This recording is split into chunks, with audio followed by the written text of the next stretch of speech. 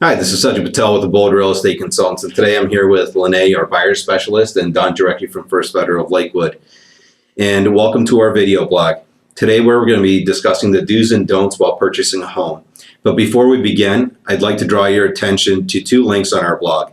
First, if you're looking to sell your home, click on the free home value report link.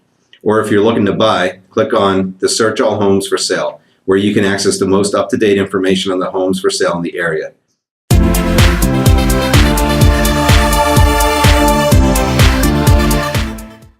What should a buyer do to get to the closing table? One of the first things a buyer should do is check their credit score. And the best way to do that is to contact a lender to work through the pre-approval process. Once you determine if your credit's okay, that'll allow you to go forward, purchase a house, determine what price range you should be in, what kind of down payment you should be working with. Once you've taken care of that, then you got to determine what neighborhood you want to move to. Then you got to get into needs and wants of what you want in the house, how many bedrooms, how many baths. And from there, that goes back to you guys.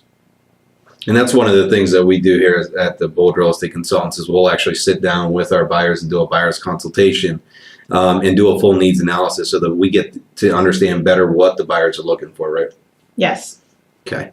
And Don, what are some of the documents that the buyers should be collecting and preparing to get approved for a loan?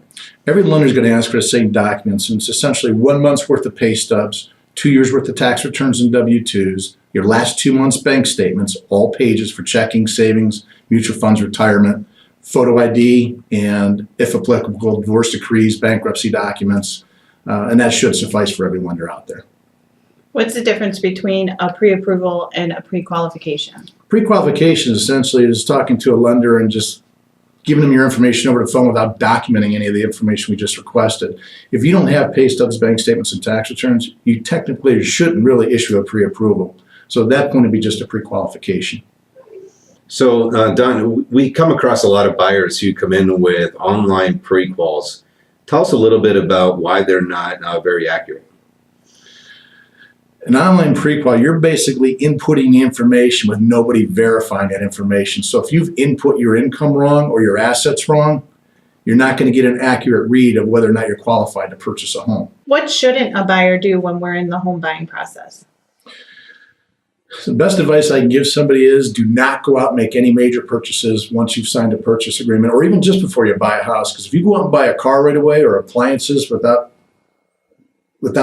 being in the end of that loan in the home buying process, you could take yourself out of qualifying for the house you want. So do not go out and make any large purchases. Do not make any large deposits to your bank account, checking, or savings. The lenders will have to document those to make sure you didn't go out and borrow the money.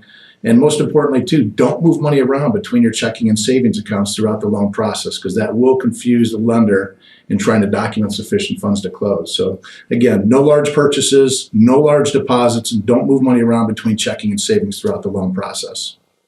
What's the biggest delay in a loan? Documenting assets. Trying to document funds to close is probably the biggest difficulty for a lender today. Borrowers are short on, they do have a tough time coming up with the funds to close, and documenting sufficient funds is probably the toughest job for a lender. Are there any other tips that you could give our buyers to help them in the home buying process?